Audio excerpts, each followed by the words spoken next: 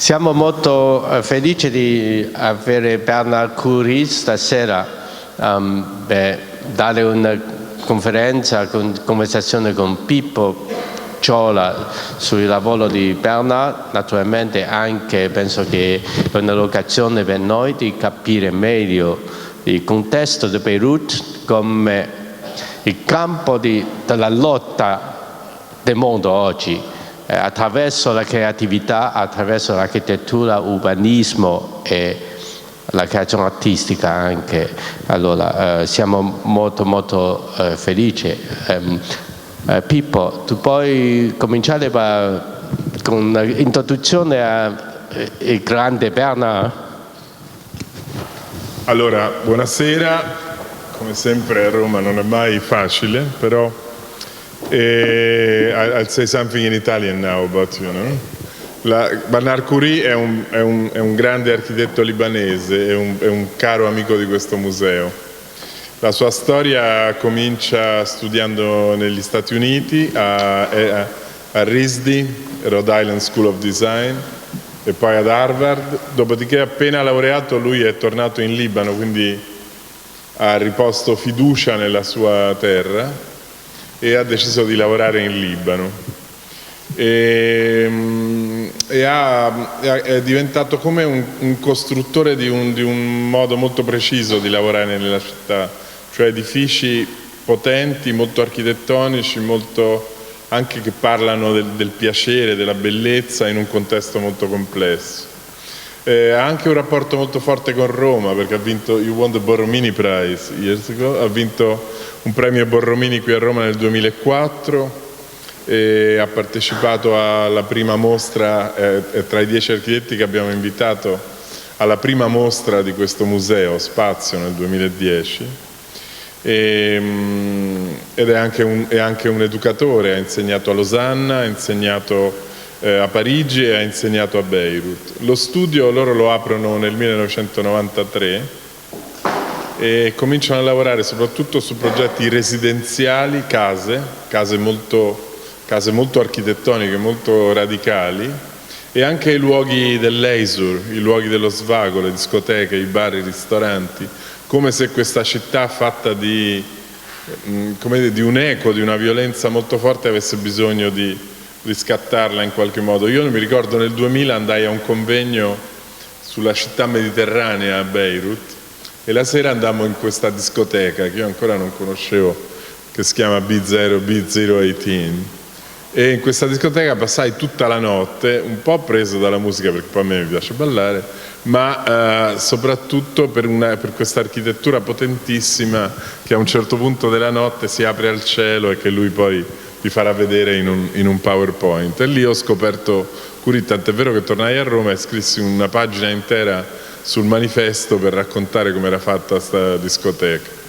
Dopo B018, che è un'architettura interessante su cui poi lo faremo parlare, perché era nata per essere lì per 2 anni, 3 anni, ed è ancora lì nel 2002, scusate, nel 98, e quindi però si è capito in quel momento come Khoury era in grado di cogliere alcuni aspetti particolari della città di Beirut, no? Questa specie di miseria e nobiltà, diremmo a Napoli, di bellezza e violenza, di crudeltà e sofisticazione. Ci sono molti progetti molto belli di Bernard, i progetti delle case, alcuni progetti di ristoranti, soprattutto questi progetti residenziali sparsi a Beirut, che ora comincia a costruire un po' in tutto il mondo, dagli Stati Uniti all'Arabia Saudita, all'Armenia, eccetera. Sono progetti che raccontano come abitare vuol dire comunque costruire un rapporto fortissimo col contesto, con lo spazio, con la città, con le atmosfere della città. Khoury è anche un architetto artista, no? Nel senso che è un architetto che collabora spesso con i musei. L'idea di invitare Bernard alla mostra Spazio, che qui alcuni di voi ricordano, mi venne in un progetto che poi ha giganteggiato, ma in un progetto espositivo che si chiamava U-Prison a Torino, dove io vidi la sua installazione e pensammo di invitarlo per Spazio. Ha fatto molte installazioni interessanti Il progetto fatto per spazio è anche un progetto meraviglioso che dopo probabilmente racconteremo. Bernard ha curato e allestito anche il padiglione del Bahrain nella Biennale del 2014. Insomma, è un architetto a tutto campo, no? Che va dal museo alla costruzione delle case, alla costruzione dei luoghi dove le persone si incontrano.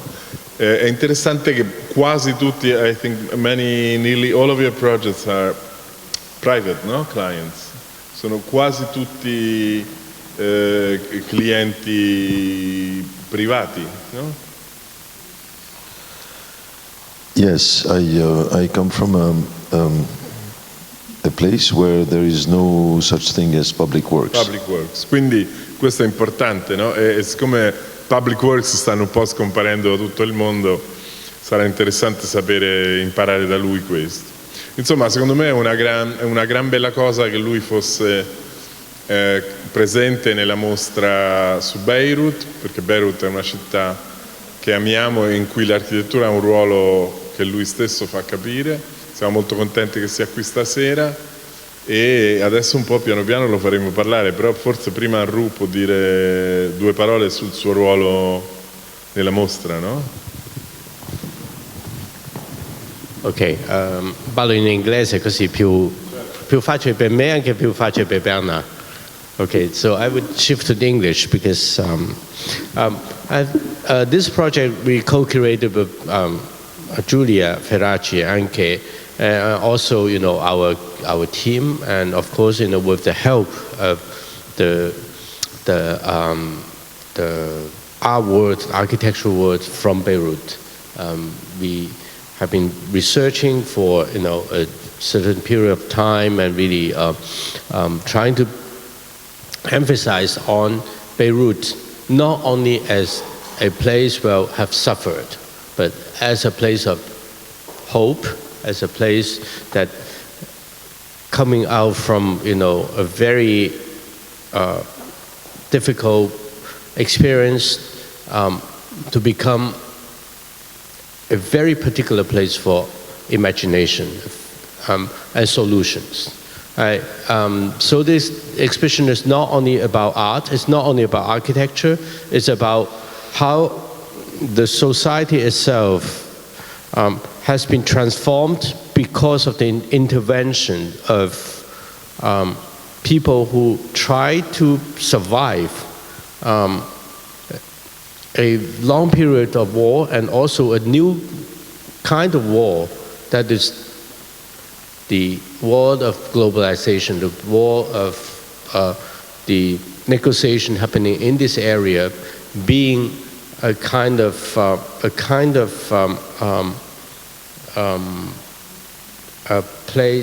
place where all the energy, all the conflict has found a kind of outlet in this area, which is the city of Beirut. The city of Beirut is really a place where all kind of forces of struggles find their way to express itself because of the long history of the multicultural, multi-ethnic coexistence, and especially because of the particular geopolitical position of this place, that almost all the superpowers in the world want to occupy this place, and they negotiate in this place. And today, next door, you have the civil war. You have actually, basically, it's a kind of continuation of kind of world war happening in the next door, and then Beirut being a place where absorbed all the energies. Here, being an artist, being an architect, how to imagine, to build a home in this place, to make this place into their home. Not only for people who are born there, but almost everybody who were born there has a long history with other places, if we understand it well. So in this context, I think an architect or a creator like Bernard has more to say than an artist or architect living in a context like European cities.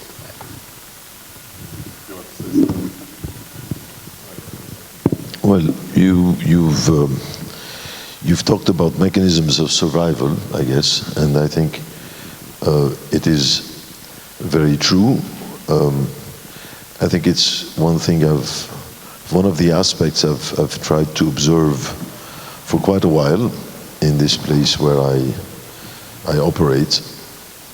And these mechanisms of survival have to do with sometimes very basic things that other fortunate citizens of more stable grounds don't have to deal with. So it is true to a certain extent. Sometimes we don't look for the problematics. We don't look for the wounds. They're basically everywhere we step a foot. And the most fundamental, basic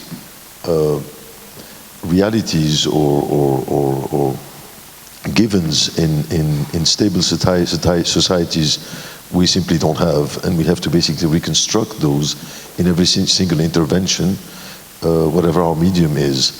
So these mechanisms of survival are very specific in every single project, in every single situation. So that it's not like you have a clear strategy that you've elaborated and that you replicate or that you produce. Yes, you need to stay awake all the time. I have a question. I mean, maybe whenever you want, you can say something about the project. My first question is, first time I went to Beirut was 2000. And I was shocked, and I was shocked that, I mean, there weren't even the names for the street yet, no? Because it was just after the war. But we still don't have addresses, postal addresses, like you do. Venice. We don't. But anyway, there was... My house is next to the gas station. You take the second right, and you see the green building. You take a left, and it's just the second building to the right. There was very little, but there was already architecture. This was incredible for me, thanks to this project, but also for other projects we're doing and for other things in the city. Well, there has been. No, isn't this interesting? How could it happen? Well, there has been architecture, and in this, it's interesting to look at what was noted as historical at the so-called post-war, early post-war period. Yeah. What was registered as historical in general were things that, or architecture, historical architecture to be preserved, were eras that preceded the Republic, the young Republic. So, and we go all the way back to 6 layers of archaeology, and there was great efforts done in that respect in the city center. Then there is the Ottoman period. Then there is the French colonial period, and then history stops. It stops in 1943. And beyond that, our authorities in the early, so-called early post-war periods, our authorities didn't think there was any history beyond that point. Well, I think this is a mistake, because there's a great heritage, modern heritage, that started even prior to the independence, but went on through the early independence years, and there were 30 years, the glorious 30 years of the modern Beirut, which produced the first and second generation of local architects who did great work, incredible works. I'm in fact part of the Arab Center for Architecture, which was started by Georges Arbid, our colleague, who spent the last 20-25 years basically building a database, an incredible archive of the forgotten modern Arab architects, but particularly the ones in Beirut. But it didn't stop in Beirut. In fact, Baghdad had also its glory years. Cairo has its glory years. Yeah. We tend to forget that, not only in architecture, but in cinema and many other creative fields. These cities aspired to be modern at some point in time. But then the nation state, the project of the nation state failed. And the modern project failed, or basically vanished, with the collapse of the project of the nation state. You can see it in Syria, you can see it in Iraq, you can see it in Egypt, you can see it in Lebanon. And I think those things are very tied to each other. Okay. Well, that's good. There is something maybe we can start from is also the project you're exhibiting in the Beirut exhibition. You've been, I mean, it's a project about a museum. It's a project that made me think that very often your projects are about the sky and the earth. So maybe you can start from that, since it's what the people, well, all these people have the chance to see now. This started as an architectural competition to which I was invited, to which I decided not to submit a project, because I think that the architect is not just a mere artisan, but an architect should also be someone who should have the capacity to evaluate a program, a given program, understand whether you can produce meaning, relevant meaning out of it, and have a say in terms of whether this program is legitimate, makes sense or not. And eventually and hopefully the architect could pervert it again or reformulate it in another way so that he or she thinks it does make sense. Well, proposing a museum, the competition was to propose or to design a contemporary and modern art museum for the city of Beirut, launched by an association called Areal. So it's not a state museum, it's not an official institution, it's a private kind of endeavor. I look at the brief and very, very, very clearly I formulate to my colleagues that we were not ready to have a museum. We're not ready to have a museum because a museum in a way is another way of formulating history. A museum builds a collection around certain criteria that have to do with the way history is going to be formulated through this collection or through the exhibitions or the programs of this museum. A museum is the history in the making. I sometimes call museums the cemetery of culture, but I got kicked out of a museum once saying that. Yeah. But museums are also part of registering or writing history. Well, even my close friends and collaborators, architects and artists, we cannot sit on a table and agree on any kind of history when it comes to our territory and our recent past. And in the absence of institutions, if we step back a little bit and forget about the museum as a museum, and we look at the relevant and interesting meaning that was produced on our territory over the last few decades, I would say after the collapse of the nation state, one notices that yes, meaning was produced and a lot of interesting things were produced. We were talking earlier with Henry about these modes of survival, how they can sometimes produce meaning, maybe not in a very conventional way. So we see that things have been accomplished through mechanisms of survival, through very harsh realities. Very interesting realities have been, and meaning has been produced. But none of this interesting stuff or work or meaning was produced by institutions where I come from. None whatsoever. In fact, history stopped in our history books in 1975. So, in the absence of a consensual history, in the absence of institutions that can build histories, that can build institutions, what do? You look at very singular interventions, and this is where I come from. There are sometimes very contradictory realities that get produced, contradictory histories, but it doesn't matter.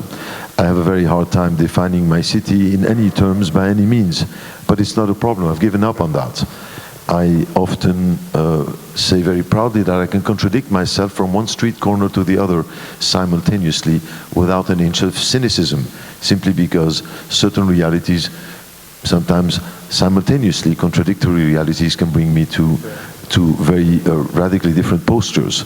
So how absurd does it seem to me to kind of replicate the the notion of the museum, the Western museum, in an environment like that. To me, it's not just impossible. I think it's just stupid. So the notion of replicating the conventional museum, like you have museums here in Beirut, to me made no sense. So I said I wouldn't do it. But then a lot of my colleagues kind of pushed me to reevaluate my position and said that, well, at least I had to say something, that if the museum was impossible, I had to formulate it in a way or in another, in an architectural way. So I met, and really we decided overnight, a friend of mine, Walid Rad, a brilliant artist, that maybe we'd do it together. And we came quite quickly to a scheme that, Walid may say it in a different way, but I would describe it in very pragmatic ways. Because to me it was an architectural response, and I think to me our response was the most pragmatic and the most realistic response of all 12 or 13 projects that were presented. So our museum was a hole in the ground, essentially, to start with, located on the site that was given to us. But we've decided that, I've decided that this museum should not acquire a collection, because you start a museum with a collection, but instead of acquiring a collection that would necessitate a certain position, a certain posture, a certain notion of history, a certain selection, it should give up on that, just like I've given up on trying to formulate any sort of definitions on my territory. And they should instead look at 12 or 15 private collections that exist in our environment, in our territory. Private collectors who have collected sometimes very absurd, sometimes very interesting collections. But what's interesting about these 12 or 15 collections is that they were not accountable for what they were collecting. So each collector went on collecting things without the burden and the weight that a museum has when a museum collects. Because when a museum collects, it's a very serious choice when you pick this work or that work, because there is a serious accountability or responsibility, that of the institution. Well, these private individuals, these private collectors did not have that burden. The result is 15 very contradictory but very heavy collections that don't write history, don't have the burden of writing history, but are very much, reflect very much our territory, both politically, socially, economically, culturally, and so on. So they could acquire collections from these private collectors, therefore they would not invest in a collection to start with. Two, we would not build a building, because a building means, is a sort of a rhetoric monument. Building a museum is also a very heavy, responsible act. At this point in time, we're not ready for it. So the whole is, beyond the symbolic gesture, is usually about 5% of the construction cost of a building. So not only am I not acquiring a collection, but I'm only spending 5% of the cost of construction to start with by excavating the whole, or the excavation of the future museum that may be built at some point if we get our act together and we're ready to formulate a coherent consensual history. In the meantime, we have a hole, and in that hole we dig holes, galleries, that we could isolate or insulate, with very humble means, and we can access it with temporary, very lightweight scaffoldings and elevators that you put on construction sites. And most importantly, this museum would take less than 9 months to be ready to operate. So I recap. We don't invest in a collection, we don't invest in the construction of a building, we only pay 5% or maybe 7, 8, let's say 10% max of the initial cost of construction that they don't have to start with. And we operate a museum like no other museum, because it basically relies on other people's collections that were collected without any kind of accountability. So imagine the kind of museum this could have been. Besides the fact that this was a very realistic and very pragmatic, if anything, the most realistic and most pragmatic of all the schemes that were presented, I would say, the only realistic and pragmatic proposition. What the idiots at the museum thought we were doing is that they thought we were making fun of them. And who was at the jury? A panel of the most, heavyweights, a very, very serious list of serious architects. To start with, there was Raim Koolhaas, there was Hans Ulrich Obrist, supposedly, there was Richard Rogers, that I admire and respect. There were, the list was long. There was the guy of the architectural Nobel, the big prize. No, the Pritzker guy. The last one? No, the guy behind the Pritzker. Anyway, a panel of serious heavyweights. No, not the architect, the guy behind. Oh, I see. Don Palombo, Peter Palombo. Anyway, so with all these great minds, and we had great minds, local great minds too, local architects. My very dear friend Lamia Jrej took part in video conference. People who were supposed to know and understand. But it's very interesting when you're in architecture a jury. Yeah. Suddenly something happens. You only see things through the very narrow lens of the program that is given, point blank. I mean, you're an architect. No matter how much of a researcher you think, I'm not going to name anyone, no matter how many thick books you've published in very serious graduate schools and whatever, no matter how much bullshit you've put up there, suddenly you become the most conventional retrograde, And they picked a project that aims 150 meters up high, and calls itself the Campanile of the city, very proudly standing, saying, "I am here," and that digs in the ground a very deep hole, and so that it has extremely deep roots in the territory with a well, I don't know how many meters below the ground. Well, I think it's totally absurd. So who won? A project that points 150. A very good architect, but architects are stupid, ignorant, apolitical, and this is what, I think this is the sad fate. I lost the competition for a museum, but 10 years But of course, if you're intelligent, you're going to lose the competition for a museum. We lose all the time. So. Good. Well, you saw the drawings. I think this project is a very good hint to start back from your first slide, because it looks like... So this is when you're downstairs and you're looking up, from the hole upwards, and you see the then city, we will speak about drawings. the parasitical city above, and the holes you see in the ground are really the galleries that we would create in the guts, in the stomach of the city. Digging galleries, Ghazi style, like the Palestinians who dig tunnels to go through borders. There's a beautiful cemetery in Napoli, which is done like this. Yeah. Voilà. It's like your architecture loves to expand the city. I mean, it's very much tied to the city, and then whenever you want, you can speak about Beirut a little bit again, how it relates to your work. And also it looks like you want to expand the city towards the sky and towards the ground.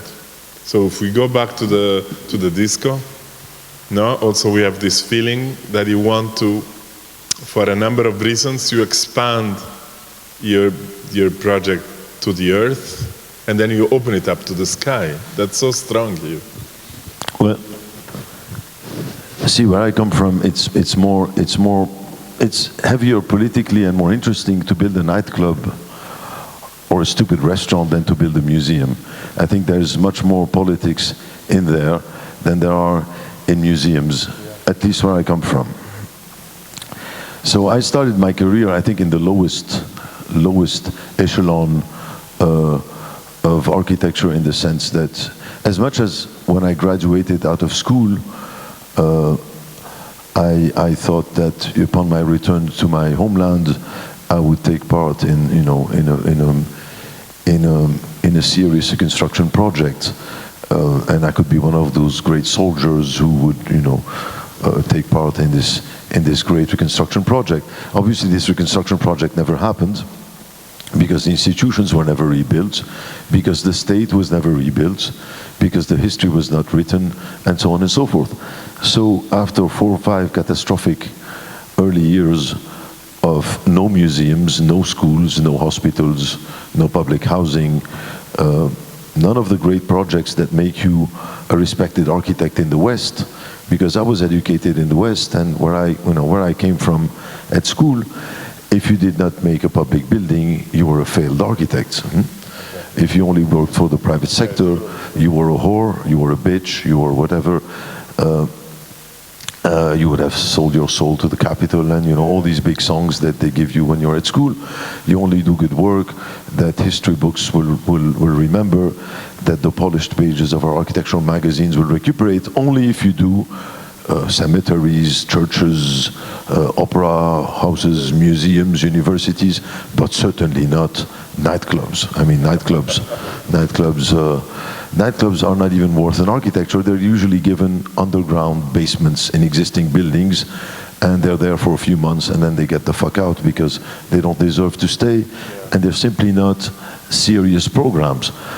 They're futile. They're places of debauchery. So this is where I started, because there was no one else there to recuperate me. So I started my career in the entertainment industry, building clubs and restaurants, simply because there was nothing else to do. But I still think, and I still thought at the time very seriously, that architecture was a political act and is a political act, and therefore, even a nightclub or a restaurant should produce meaning. And it turned out, through these very short, temporary projects, that we were very, very quickly, very directly confronted to very sour and difficult realities, but also very politically charged. We didn't go look for them. We didn't pretend. We didn't have to produce thick books and research and give you very thick stories and very difficult intellectual constructions to tie you to some sort of abstract political thoughts. No, they were there. They were right there because they were very impossible projects. To start with, this club is located on the former site of a refugee camp, which has a very sour past, which was burned down to the ground in '76, and obviously we never go back to these stories. History did not really register what happened exactly in January, February of 1976 on that camp. We say 500, we say 1,500 people were killed, but we don't really go back to these stories because they're part of our recent past, and we have the tendency to put them under the carpet. So what do you do when you're, and this site is to this date still very doomed. Nothing is built there. There's only the garbage collecting company, the slaughterhouses, the tanneries, things that stink, a few army barracks, and the city sort of bypassed it on its sprawl northbound. So this area is very doomed, and you can still see it in the fabric of the city in aerial photographs. The quarantine is still a doomed area. So what do you do when you're given a site like that in this early post-war period where obviously no one was looking at our recent history? What do you do when you're supposed to build a club on such a charged site? If you're a responsible architect, you turn your back and you refuse, simply because it is immoral to go dance on a site that was a site of a former massacre that has such a sour and difficult history. But if you decide to turn your back, things will happen without you and despite you. So you might as well try to create meaning out of this. So this is the kind of political meaning that you build in a very different way, with very different means and with very different postures than when you're building a memorial of a very accepted, clear history. It is a very different posture. It's a very different strategies that you have to construct and build than that of building a national monument that is comforted by a politically correct posture. This is very different, but it's still history, and I think it's still political. So this building disappears during the day and wakes up at night. Unfortunately, I don't have too much slides of it. It's a convertible building that shouts and produces a lot of noise at night when it wakes up. So it's kind of an animal that disappears, and I think its disappearance and the absence of building on that site makes it, if anything, more visible than if there was a rhetorical mass there. And you can see across the highway there's a very dense fabric, while on my side of the highway it's very scarce. It's because this is where the camp was, and there was a wall between the highway and our site that separated the camps from the rest of the city. So this is where I started. This is where I come from. I don't build museums. I probably never will. No, but for them it's important because I think this is a place where this is a place where when you come down to these tolos, you find all these tombstones for chansonniers made of alabaster. So there is this idea of beauty and death. No? There is beauty and there is death. And then at midnight, the roof opens up and you can see all this, you can see the sky. I mean, it's incredibly strong. Yeah, that's it. I think what you can go on, with the project after this, I love it. It's a recycle project, so I love it. But there's always, I mean, what puts all these projects together is this idea of the challenge, no? There is a défi in all this project. You're kind of challenging by doing exactly the opposite of what the orthodox answer would be, and to make this answer strong and solid at the same time. The second project was a recuperation project, and on a building that was located just a few meters away from where the new master plan, the new rebuilding of the city center that was rebuilt by a private company, started by our ex-prime minister. Anyway, so their take on history was the recuperation of, in fact, great work done on excavation of 6 layers of archaeology, as I was saying earlier. So from antiquity, Mesopotamians, Phoenicians, the Egyptians, the Romans, everybody was there except us. And then you have the Ottomans and the French, and then it's over. There's no history after that. And it's interesting to see of the restored buildings the incredible attention that was done and an investment in incredibly meticulous restoration of Ottoman period and French colonial buildings, and even some replicas. So sometimes you don't recognize the transvestite from the real one. It's very interesting. So to them this was history. And then we were given this house, which is just a few meters away from where their project stops, and it's supposedly under historical protection. Now it's very interesting to see what historical protection means. I guess it's the same here. What they care about is the footprint of the building, and what they care about is the facade of the building. What you do inside is of no great importance. And what we were doing inside obviously had nothing to do with the initial purpose of the house. We're completely violating it, we're completely gutting it out, and we're constructing a new animal inside. As long as we did not demolish it, what they wanted us to do was to replaster it and give it its former glory. So put some blush on it, and recreate, give it its former glory. I refused to do that, but they couldn't really understand it in my permit drawings because it was very subtle. And what I ended up doing is gutting out the old house, building another monster inside. So it's as if I took you, I drilled a hole in your skull, extracted everything from inside, and replaced you with another kind of beast.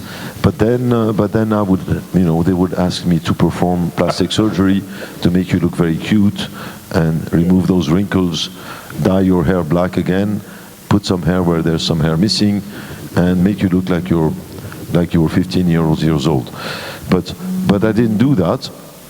In fact, I chose to, if anything, glorify the violence that we have performed on this building.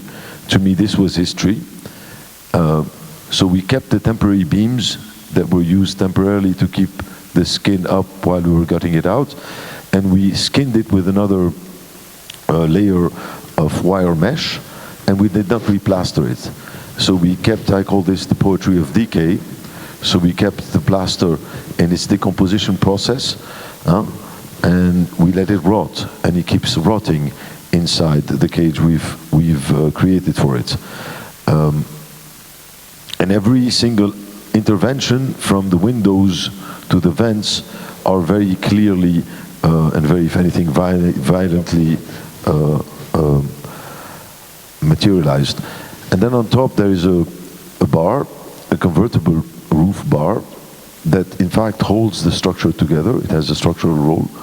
So it opens up at night, so you can have a drink in the tube. And then inside, we did a very serious setup, a kind of a pastoral table that seated, I think, around 40 people.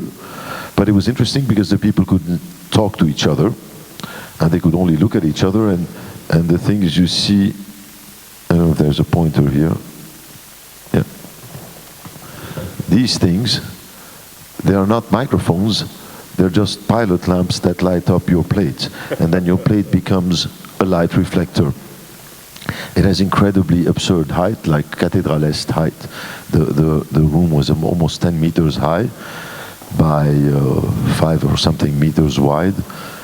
And we designed everything. It's furniture with very high back chairs, pastoral chairs that were very heavy. Managed to keep it going for a year and a half, and then it was too problematic. People were complaining, and I thought, well, wow, architecture still has an effect on people. So I think some people loved it, some people hated it, because there was some kind of discomfort. It was no longer a restaurant, but it was something else. It was, if anything, my revenge on my lack of building institutional spaces. This would be impossible in China, no? The people want this would be impossible in China, I think. Oh yes. In China, everything's possible. So Bernard, I know. In China, try that. No, but then maybe going on, you can still show projects, and there are two other. Then there's this is a Japanese restaurant, another absurd proposition, located on the demarcation line between East and West Beirut. So this was west, this was east, and when we moved in, the building next door was still squatted by refugees, so who were living without handrails, without running water, without electricity, and so on. So, and then here we are planting a monument, an absurd monument for a sushi restaurant that was going to serve sushi at $100 a pop, while the building next door was squatted by Syrian workers, mainly probably living at the time at around $150 a month. So again, any wise architect would turn his back to such a commission and say, I don't want to be part of that, but I somehow get a kick out of very sour and difficult situations. But this is where I think, at least where I come from, relevant political meaning can happen through the act of architecture. At that point in time, this is my third to build project, and I'm realizing, first of all, that up to my sixth project, all my projects were temporary. So I was only given projects that had a limited lifespan. So when I was designing a building, before I started designing it, I knew the date it was going to be demolished. Wow. It's interesting for an architect because, if anything, we are the last survivors of the Stone Age. We build things that are permanent. I mean, architecture is really pretty much an act of permanence. From the pyramids of the Egyptians to the weird, stupid shapes of Frank Gehry, they are permanent buildings. As far as I'm concerned, they remain after I'm 6 feet underground, so it means that they are permanent. Well, I think our culture today is mainly produced by more spontaneous acts that have a very different relationship with temporality. But strangely, Beirut pushed me in some kind of strange corner that usually my discipline is not supposed to take me to, and which was a different kind of relationship with temporality. Designing a building knowing that at a specific date it will go and I'll still be here. So it's like telling a pregnant woman, you're going to have your baby on August 19, but 5 years and 3 months down the road after that, the baby is gone, but you'll still be here. There's something very strange about that. So this relationship with temporality allowed me to take, I think, certain postures I would not have taken in permanence. And I think that's very important, because when you take the leap to permanence, which I did years later, there's something different. No, but in Italy now we are forced to learn that there is something in between permanent and temporary, and it's because of the earthquake. The earthquake is forcing, which is coming more and more often, is forcing us to design things that are not for the second day, but they're probably there for 10 years or for 15 years. And you don't want to live in one of these trashy wooden barracks, no? And so maybe we should speculate and elaborate on this. I think in your case, and it's another component of your work, you react to this putting together drama and irony. No, there is irony in your work. We were talking about, I didn't want to skip this because I designed this when I was 22, 23 years old. So I was young, I had long hair, I was much skinnier, and I had Lebbeus Woods as a tutor, for those of you who know Lebbeus Woods, and who kind of forced me to work on Beirut while he was working on Zagreb, I think, at the time. And this was 1991, so this is really literally the first few months of the so-called post-war period. And the private company in charge of rebuilding the city center is already bulldozering and clearing a lot of the destruction and a lot of the condemned buildings. And in a kind of a desperate act of resistance. They're coming for us. This is the shift, no? The cruise ship of Polizia. So in a kind of a desperate, but also very spontaneous act of resistance to this sterilization process that was happening in the city center, I decided to propose a kind of an installation, public installation, that could in fact be proposed on many of those condemned buildings, that would make the act of demolition of these condemned buildings and turn it into an architectural act. Interestingly, architecture is usually about erecting mass. The architectural act is about erecting mass. But strangely, already at the age of 22, I guess I was, or 23, I went the other way around. I thought architecture could be about the disappearance of mass. Not the representation of that, because that's an old story, but literally the literal disappearance of mass. So we took this ruin and came to terms with the fact very quickly that we were, if anything, fascinated, both Lebbeus and myself, by the aesthetic of destruction and demolition, and there was something dangerous about that. So we accepted the fact that these buildings had to go, and in the process of their demolition, we would make an architectural act, and we've started by literally framing or sealing the ruin with a membrane, a glass membrane, with a void between the two layers. That void in cubic meters would be equivalent to the mass that we would have to demolish inside. That strange little beast you see here is what we call the memory collector. I naively thought that the citizens of this city could participate in building or constructing a collective memory. And as this memory collector would collect memory, it would demolish the ruin, and it would collect the ashes of the building into the double-sided, the double-skin membrane on its periphery, and a new facade would be erected that would be with the ashes of the building.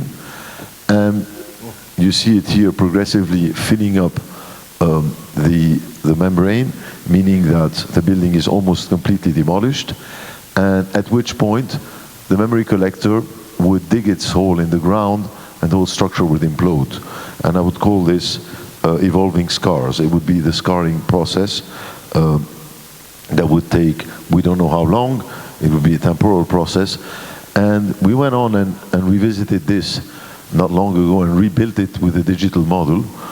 And the idea here is that there was literally a connection between the built mass, the ashes, so the more you demolish, the more ashes you collect. But there was a literal connection between the kilobytes or the megabytes that you would collect and its relationship or its translation into cubic meters, so that the total amount of cubic meters would be equivalent to a certain amount of memory that we could quantify in megabytes or gigabytes. And only when you would have quantified this, when we would have collected this amount, could you have erased the ruin. So there was a time before I built clubs where I thought that history could be could be formulated in such in some kind of way, collective history, consensual history, but history proved me wrong, and that's how we moved to entertainment. Voilà.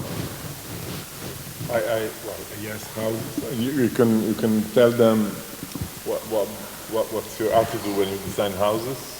So, yeah. What's your attitude when you design houses? But also, I have an irritating question, if you want, which is, I mean, where does your architecture come from? Is there any sense of continuity with the geographic context? Is it provoked by the city? I mean, do you feel any of these things, or they all mix up beautifully for us? Maybe I had one question here.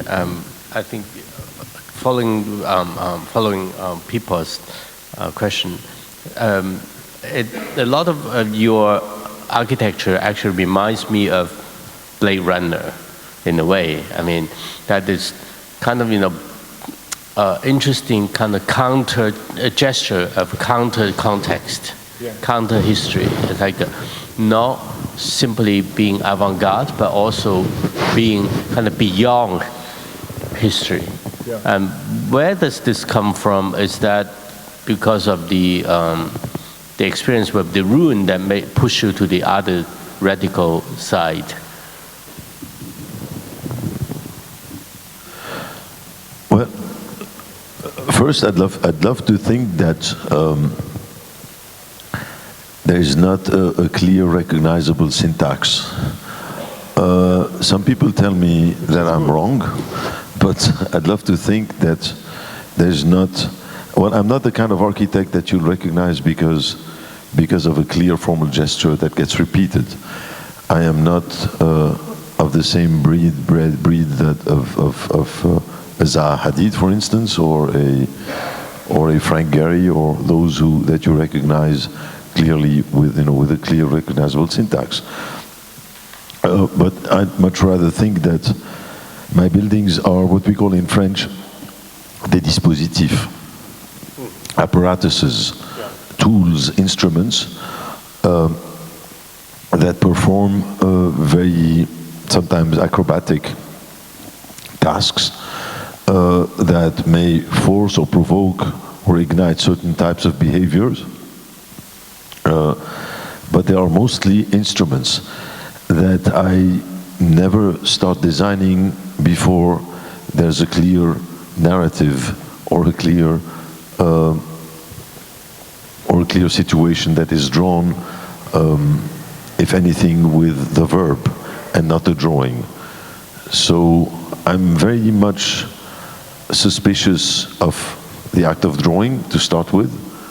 I still draw very much, and I don't hide behind that, but I don't get carried away with drawing before it's time to draw. Okay. I don't think, as far as I'm concerned, drawing can be sort of an autonomous, creative exercise, or I can be, as far as I'm concerned, very suspicious of where this could lead. So I would rather start constructing a situation, taking a clear position, and then there's a time for drawing. It comes later. And when the agenda is already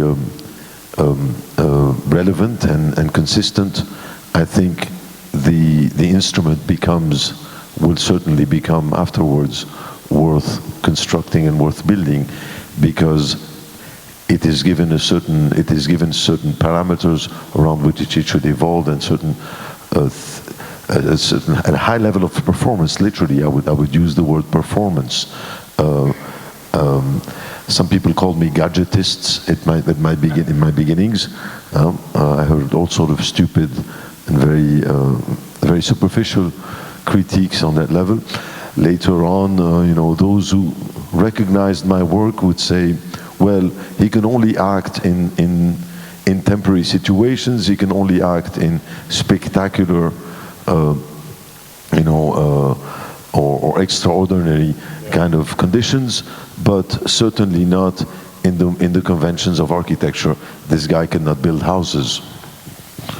But I think that if the 21st century is not anymore very much about architects who always look the same, because that starship condition probably it's gone. And if architecture has to react to situations, to narratives, then probably Beirut is a very good lab, no? It's a very good paradigm to set in, because you don't have to follow any rule, possibly, and you can try to establish a rule. Adding to this, actually, I'm not talking about how interiorly these buildings are interesting, bring a card into the center of the room or something like that. You're driving a motorcycle into your studio, right? And that's very anecdotal. But this one, just stay here. Yeah, this one actually is a very interesting case in terms of the relationship between the building and the city, in the sense that it's almost like a landing in a place where you usually put rubbish, right? It's really like a field in which it's like a no man's land. And what's the intention to kind of parachute this thing into this field? Is that meaning that it opens up a kind of first step towards urbanization of this area, or it would remain as a marker of a kind of, as you say in your book, the landing of a local hero? Yeah, the local heroes. We should talk about the local heroes. And you know this building, obviously, because you've pointed at the word landing is the beginning of the story of this building, which at the first glimpse, a lot of people would qualify as a violent-looking building or as a violent gesture. It turns out, if you follow me and you listen how it came about, it is anything but that. This is probably the most acrobatic situation I've ever experienced as an architect. I was given a site of quite an important scale with a perimeter of around 400 meters, almost literally to the exactly 400 meters. But out of the 400 meters, only 6.5 meters intersects with public ground. This means that on 390 something meters of its periphery, we are back to back with private property, which means that in the absence of a master plan and any sort of mechanism to plan the city, I could have on over 95%, 96, 97% of my periphery, a blind wall that literally turns its back to me like that. Boom. I mean, this is what Beirut is. Beirut is a city, if you look at its fabric, that I compare very much to a room that is packed with people packed with people that are shoulder to shoulder, but literally turn their back to each other's. Solitary islands. That is what happens when there is no state, no mechanisms of regulating the public grounds and the city fabric. This is where you see the bankruptcy of the nation state literally on the fabric of the city, in its most violent forms. Yeah. So here we are, pretty close to the National Museum, so not far from the center, in an area that for very, very complex reasons was underdeveloped until now, and is still mainly agricultural land. A developer comes to me and buys this piece of property at a very good price because it's undeveloped, and very quickly I show him the problem that he can end up in a completely sealed island because he can have back walls of buildings 50 meters up high, completely blind, turning their back to him on pretty much all of his site. And the answer of the developer is, no problem. If the state didn't give me oxygen and air, the site is big enough for me to retract to the back, erect a tower, ask for an exception, go extremely high, turn my back to the fuckers behind me, and get my own oxygen because I have a lot of depth inside my plot. And I did exactly the opposite. I did not design this building. I literally traced the periphery, set back 4.5 meters at the ground floor, which allows me to get legal light and oxygen, and then started setting in upwards on my way up to get legal light and oxygen on 360 degrees, 100% of the periphery of my site. What does that mean? That means that I've created the sweetest, gentlest monster that literally took off his clothes and opened up his arms and retracted back and opening his arms, waiting for his future neighbor to do the same and not turn his back to him. As a first building that exploits 100% of the allowed density of the zoning in this area, I did the most positive gesture. Now doing that gives you an extremely complex plan. We have about 100 apartments on this development. There's not one apartment like the other. We had to build 9 cores because it's a very stretched scheme and it's a very elongated slab. And what it gives you at the end of the day is things you would have never done if you were working in a normal condition, in a set, regulated environment with the party walls, shoulder to shoulder, standing proudly and politely like you would do in any civilized city. No, here there's none of that. And you end up having very interesting relationships between the apartments and incredibly extraordinary terraces and very elongated apartments. Fortunately, I didn't bring a lot of slides here, but you can imagine the kind of plans we have and the relationship with the outside. And this attention to being kind to the neighbor goes all the way to the detail of the handrail. The handrail is not a rail, it is a bar. It is a bar that allows you to have breakfast in the morning, looking at the agricultural land today, because it's all open fields around you, but hopefully in the next 5 to 10 years, saying hi to your cute neighbor, and if she's friendly, having a conversation with her. Because there's literally a bar surrounding your apartment, 50 centimeters deep at 1.10 meters of height, literally like the bar you put your drink on in a bar when you go to a club. And going back to Hamrou's question, it's not easy in Beirut to say if this is parachuted or if it's solidaire, which is parachuted. So if it is the modern, whatever, individual building or the fake historical mask, no, that's been rebuilt in the center of the city. So I think that's a very interesting condition for your work. Volete fare delle domande? Giulio.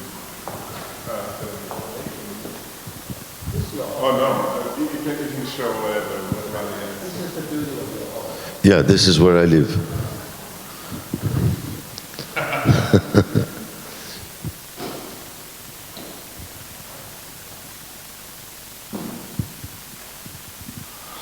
Allora, premetto che non sono uno specialista di architettura, non architetto, quindi faccio delle domande forse un po' più sul versante politico.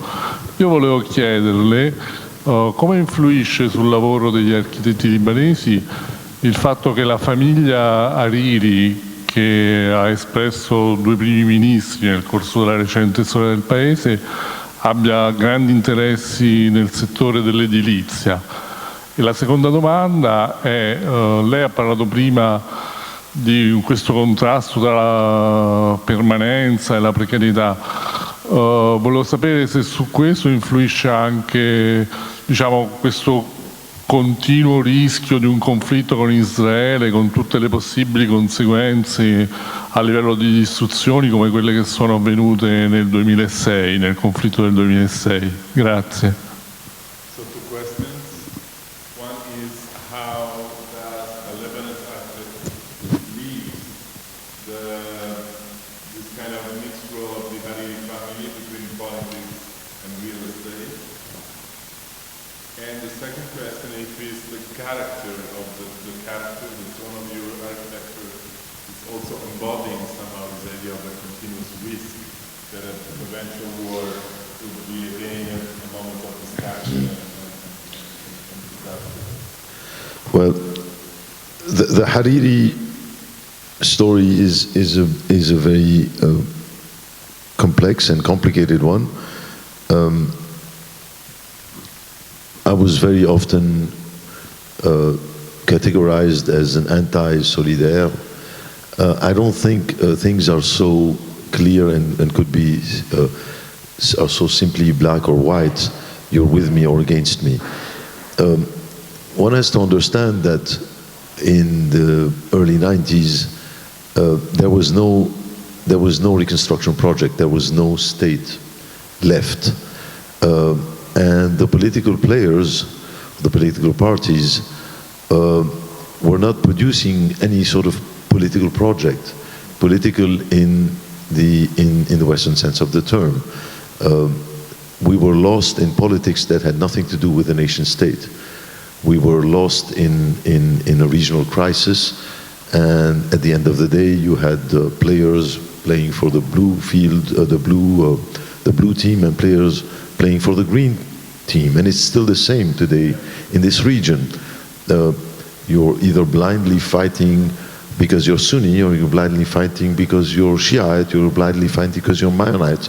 But at the end of the day, you've never read your Quran, and you don't know, you've never asked yourself, what is it that you're fighting for? So there was no political project, but there was a man who certainly did not fall from the sky, who was a product probably of a wider project that some may call the moderate Sunni project. Others may describe it in less gentle words, but nevertheless it was a project. And this was a project that was at work. There was no other project. If there was no Rafi al-Hariri and the project that came with Rafi al-Hariri, there would have not been a reconstruction project of the city center or any other institutions whatsoever. So I was secretly, in fact, a pro-Solidaire at the time, in the early 90s, because it was not very politically correct for an intellectual to be a pro-Solidaire. So there was something very interesting in the Solidaire project. For me, as a young architect, very much disillusioned with the practice of urbanism, that I thought was a practice from the past, that was simply could not keep up with the way cities were growing. Suddenly you have a man that comes and says, okay, the state is not capable and does not have the mean of rebuilding a portion of the territory. We will expropriate the territory and we will compensate the owners of the plots with shares of a company that will be listed in the stock market, that will own this whole territory. I don't know if you're following me. So basically this man is telling you that he's going to replace the most grounded form of ownership, which is owning a plot. It is more grounded and more tangible than owning gold or any other matter, by the way. And he's replacing this notion of ownership of the city by compensating you with shares which are volatile, completely immaterial, and extremely dynamic and volatile in a company that's listed in the stock market. Now that, I thought, was an extremely interesting phenomenon around which maybe we could build a city on parameters that no other city in the history of urbanism has ever tackled. And to me, this could be the contemporary city par excellence.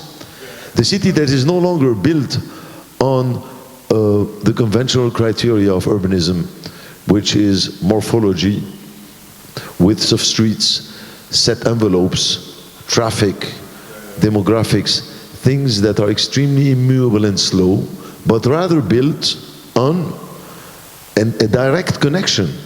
The ownership of the land no longer exists, but it's directly tied to a share that fluctuates. Therefore, you could start to imagine a super city that literally, an urbanism maybe that could be built around this dynamism and this immateriality. I was extremely excited about this. I know politically this could be extremely dangerous, but that's another discussion. But as a young architect, I thought Beirut in the early 90s could be the laboratory like no other city could be in terms of this age of immateriality, our relationship with temporality, and so on and so forth. Those are questions that were extremely fascinating to me. This is one of the reasons that brought me back to Beirut in the early 90s. Well, I got extremely deceived because what they ended up doing is in fact reenacting, re-establishing a master plan and re-establishing notions of urbanism that were extremely archaic.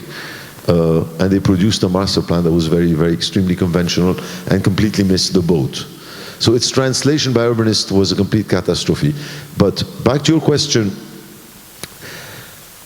I think the Hariri phenomenon is very much an example of a much wider phenomenon where we come from, when there is no clear limit between public and private.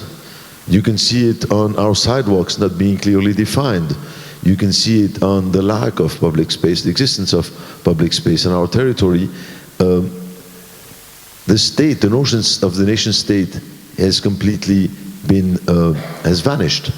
So Hariri was also, and maybe that's the sour part of the story, probably a catalyst to that, whereby the private basically takes over the public, and there's no longer a clear limit to what is public and what is sacrosanct, where you come from.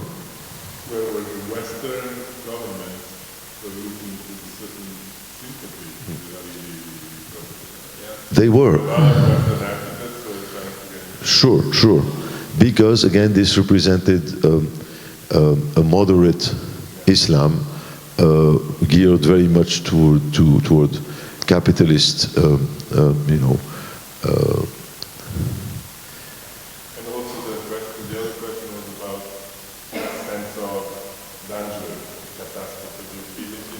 Well, I don't want to take on too much of a dramatic tone, but if you look at this picture, this is a picture of the terrace above my house, and when we installed these two cannons here, the stupid secret services of the army showed up, literally, when we were mounting them, to make sure that this was not a military equipment.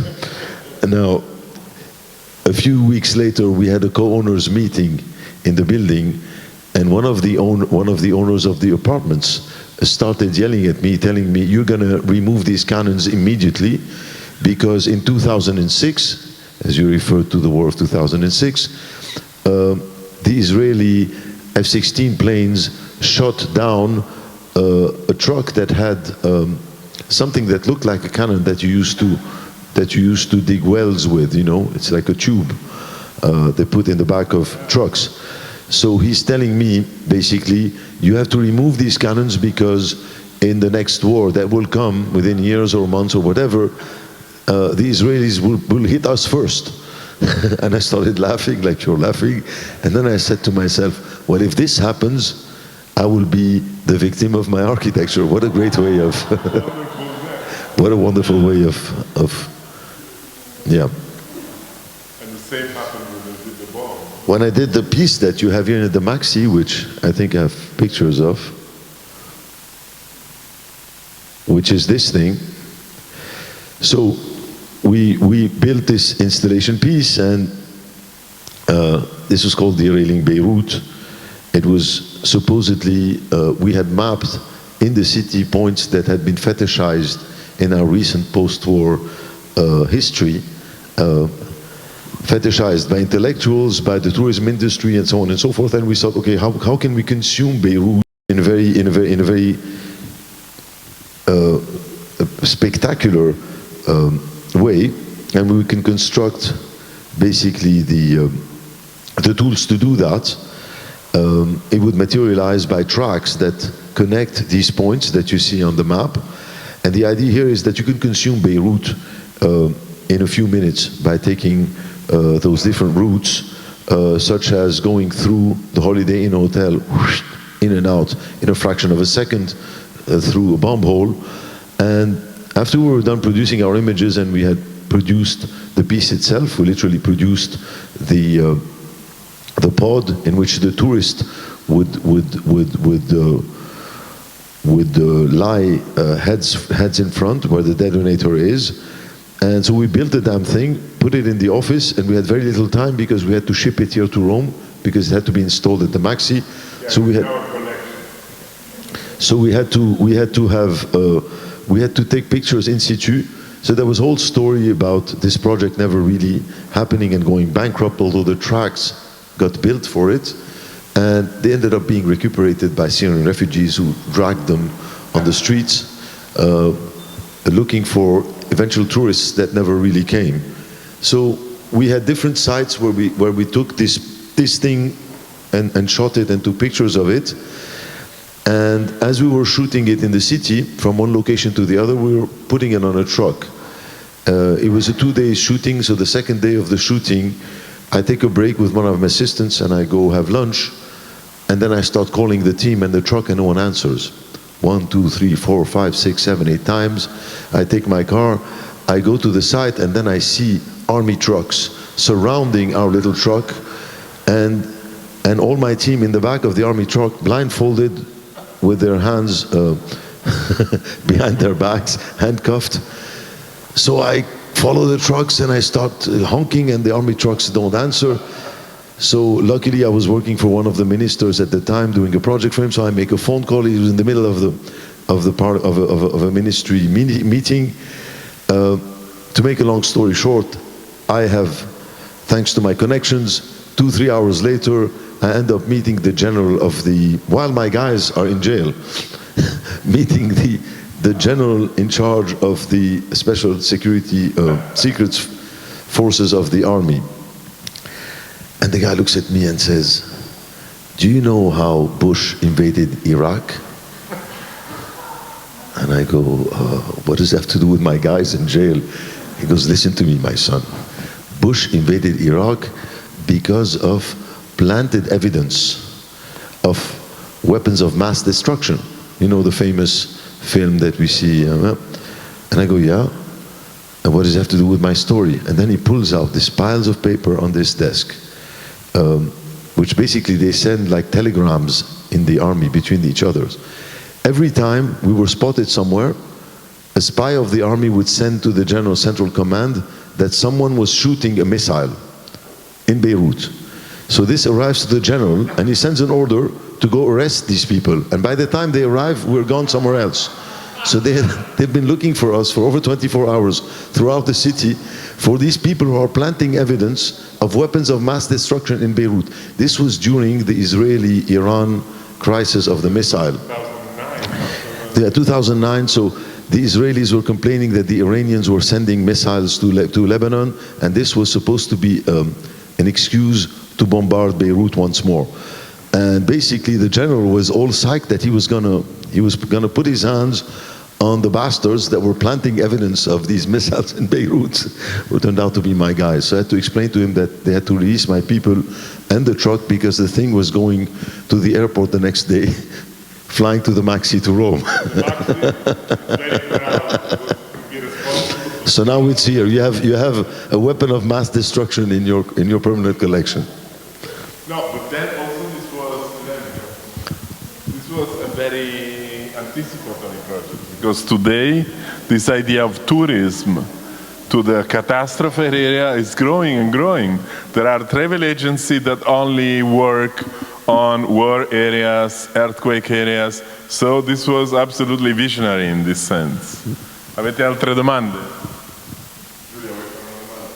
Ultima domanda.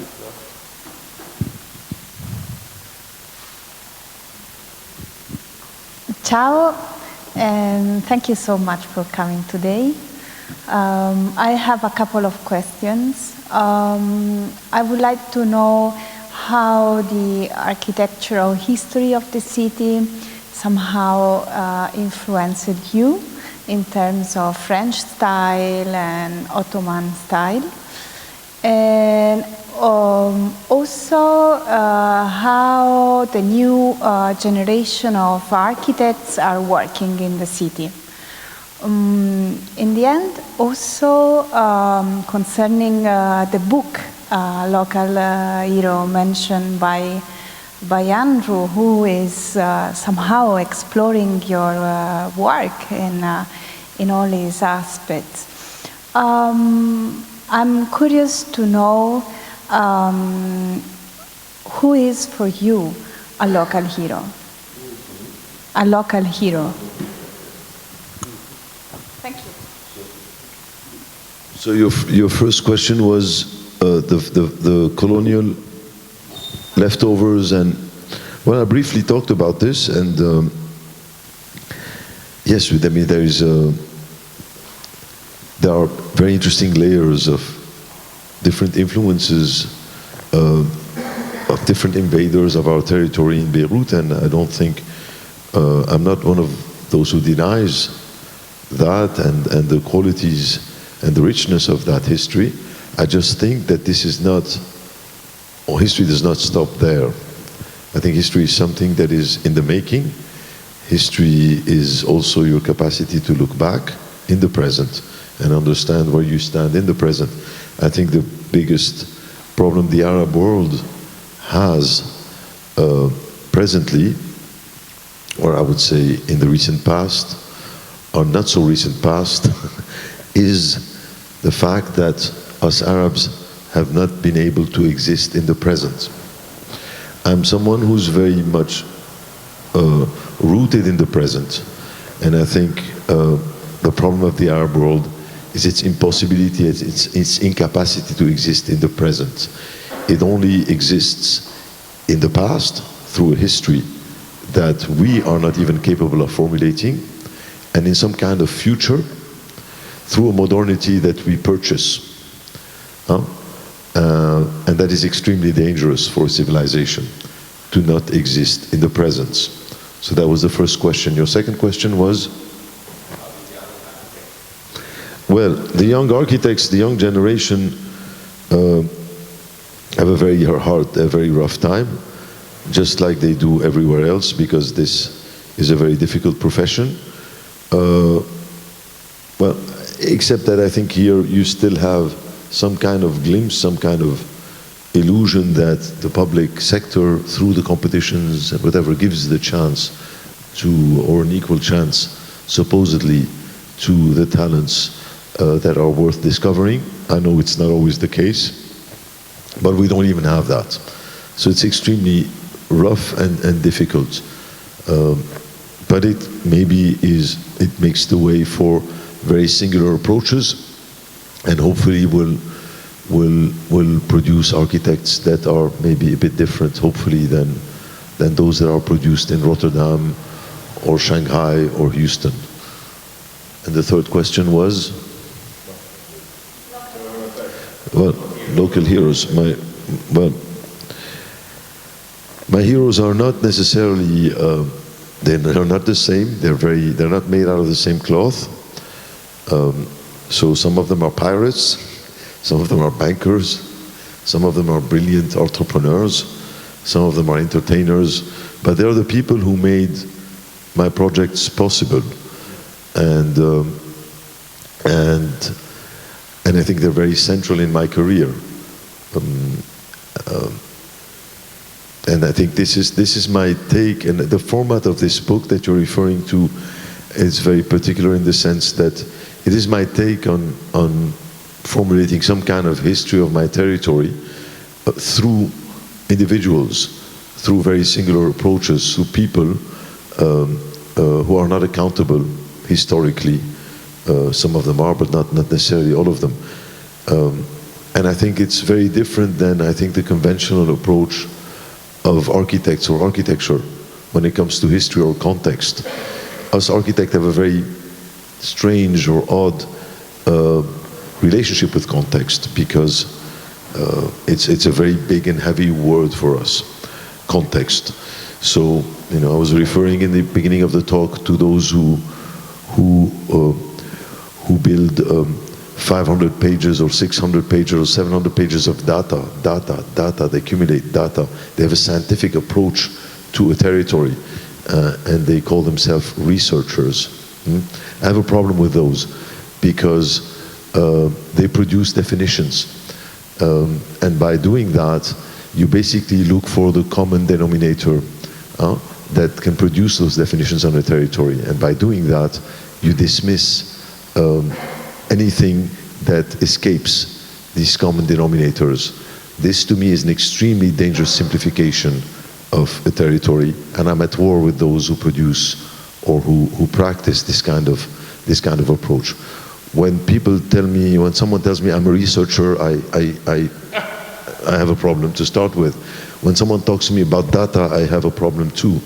Particularly this data that you can read with very cute graphics, because they have a way of packaging it to you in a way that you can digest it, just like you eat a McDonald's, you digest it and you shit it out very quickly, and you think that you've understood the context. Local Heroes is anything but that. And we've prepared another book now, which I think goes a step further. It's called Toxic Grounds, which is also, it's in the format of series, episodes, through imaginary characters, hopefully in bookstores near you in the near future.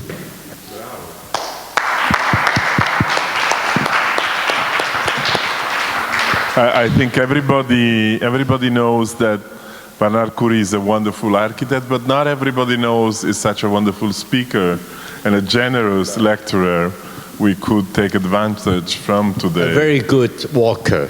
And a great Johnny Walker in this case. Yes. So thank you Bernard, merci. Yes. Merci à vous, thank you very much. I think we can go away, not in peace, we always half in peace and half in war. Grazie, certo. Faccio anche la parte delle istituzioni, ringrazio il MAXXI per accoglierci, Irene e Ludovica che come sempre si sbattono disperatamente per organizzare questa miriade di eventi che facciamo. Grazie e arrivederci alla prossima. Ricordo agli appassionati d'architettura che aprile 24 inauguriamo una mostra su Bruno Zevi e i suoi architetti. Grazie.